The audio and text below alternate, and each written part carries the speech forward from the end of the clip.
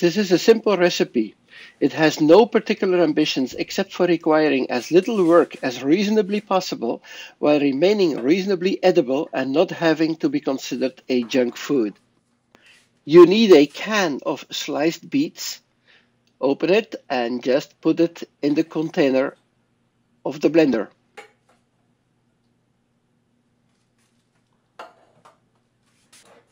You also need 200 grams of chickpea flour.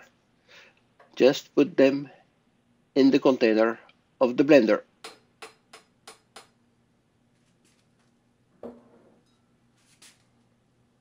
Next comes 200 grams of water. Just plain tap water will do.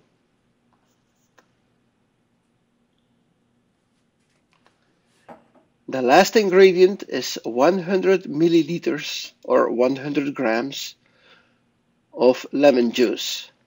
I used juice from a bottle.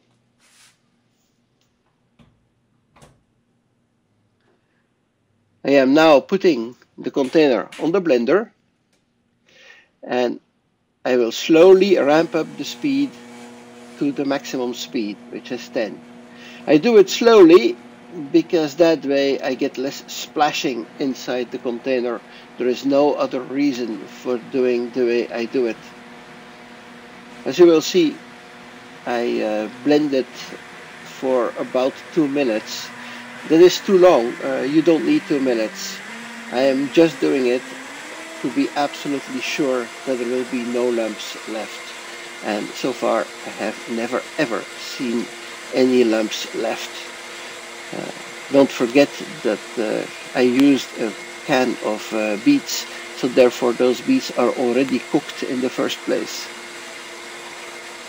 I think this is an ideal recipe for someone who has a tiny kitchen and no time to cook elaborate meals or to go out to some restaurant.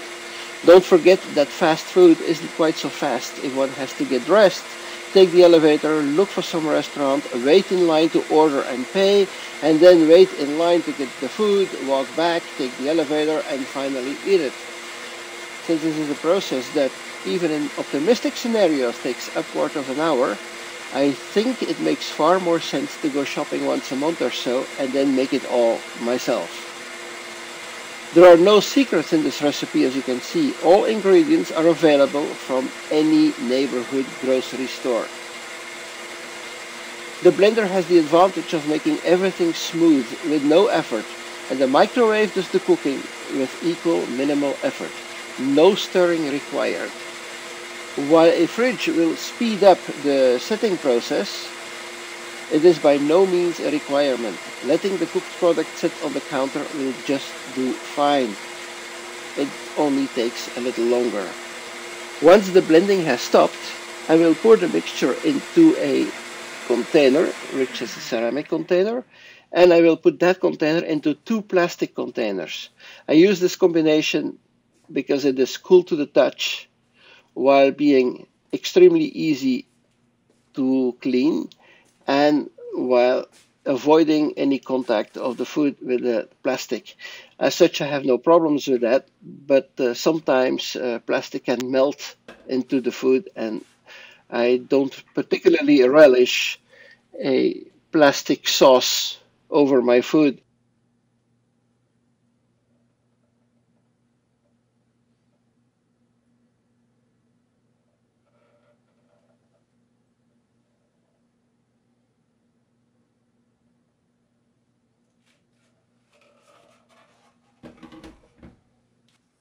I will now put the mixture in the microwave.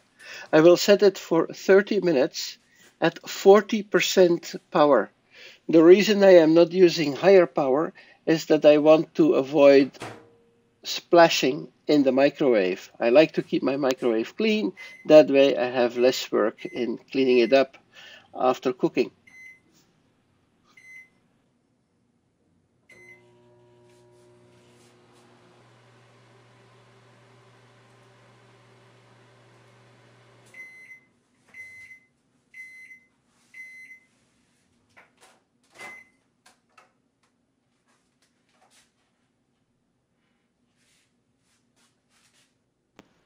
This is the way it looks when it comes out of the microwave. I am now putting it in the fridge for a few hours to allow it to set. The mixture stayed in the fridge for several hours, so let's take it out and have a look. Let's now take the mixture out of the bowl. I am using a spatula, but that's absolutely not necessary. You can just as well use your fingers, or even just shaking it a bit should usually do the trick just nicely.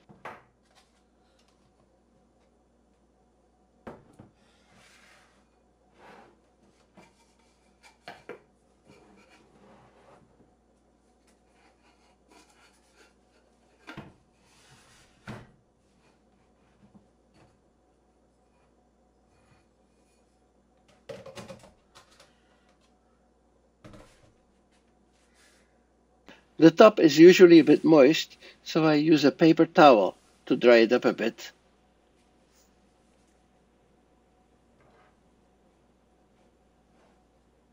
And let's now cut.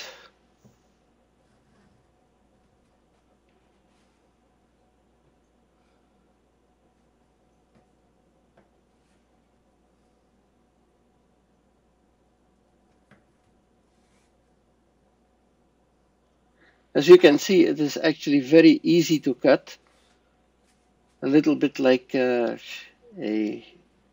semi-hard cheese, such as a brie or a camembert that's not quite ripe yet.